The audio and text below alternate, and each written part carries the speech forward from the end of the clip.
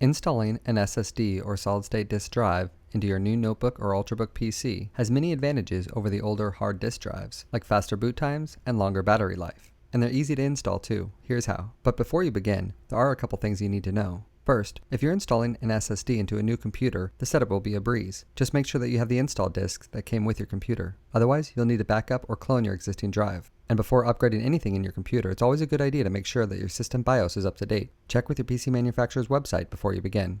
Next, your work surface should be clean, and you should ground yourself first by touching an unpainted metal surface to prevent damage to any components. And lastly, in most cases, a simple Phillips head screwdriver is all you'll need to replace the hard drive in your notebook computer, but we find that these long-nosed tweezers are helpful too.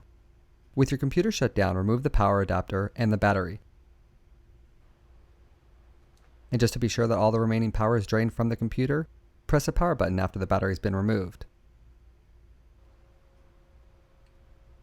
Find where your hard drive is located, usually on the underside of your computer. If you're having trouble finding it, check your computer maker's website first. Now unscrew and remove the cover, and you should have a good view of the old hard drive in your computer. Each system will be slightly different, but carefully remove the screws, and maybe even a supporting bracket if you have one, like we do, holding the drive into place. Disconnect the SATA and power connector, or cable, usually by sliding the drive away from the connection, and remove the drive from the computer and set it aside. When installing the new SSD drive, it's important the SATA and power connection is securely connected. And if any brackets were used on the old drive, reconnect it to the new SSD drive first. Slide the SSD into the drive bay and it'll fit snugly.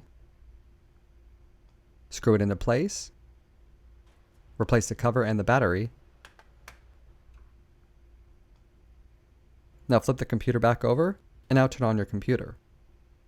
You may be alerted that there's no operating system. Just insert the original install disks that came with your computer and restart again, and boot from the CD-ROM. Just follow the prompts to install the operating system and restore from a backup. And that's it. If you have any other questions or need additional help installing the SSD in your computer, be sure to visit www.kingston.com/support for more information. Thanks for watching.